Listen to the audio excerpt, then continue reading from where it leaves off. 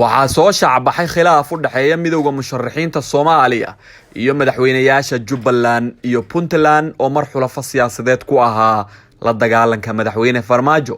khilaafkan ayaa ka dhashay sida madax goboleedyadu ay u maareeyeen doorashada aqalka sare si gaar ahna Axmed Madoobe iyo sidoo kale Siciid Dani, iyadoo ay midowga musharaxiinta iyo xubno ay taageerayeen lagu soo dari waayay liiska musharaxiinta.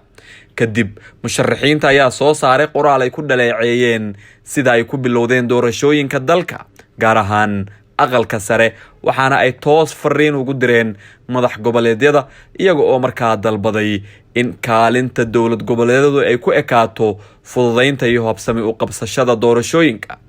waxaa xigay in shirka Muqdisho ka furma loo diiday in ay ka qayb galaan xubnaha midowga musharaxiinta oo dhawaan codsaday in kaalin laga siiyo shirka si ay kaalin ugu yeeshaan ka tashiga doorashada dalka. ila wareedyo lagu kalsoon yahay ayaa u sheegay Israac TV in madaxweynayaasha Puntland iyo sidoo kale Jubbaland Siciid Dani iyo Axmed Madoobe ay diideen in midowga musharaxiinta kaalin laga siiyo shirka. wararka ayaa sheegaya in madaxweynayaasha Jubbaland iyo Puntland ay aad uga xumaadeen warmurtiyeedkii dhawaan ay midowga musharaxiinta uga hor yimaadeen doorashadii aqalka sare ee ka dhacday maamul goboleedyada dalka. madaxda maamul goboleedyada Hirshabelle, Koonfur Galbeed iyo sidoo kale Galmudug oo markii hore diidanaa in midowga musharaxiinta laga qayb geliyo howlaha doorashada Soomaaliya ayaa si weyn u soo dhaweeyay go'aanka cusub oo ay qaateen Axmed Madoobe iyo sidoo kale Dani oo markii horeba u ololeyn jiray in midowga musharaxiinta kaalin laga siiyo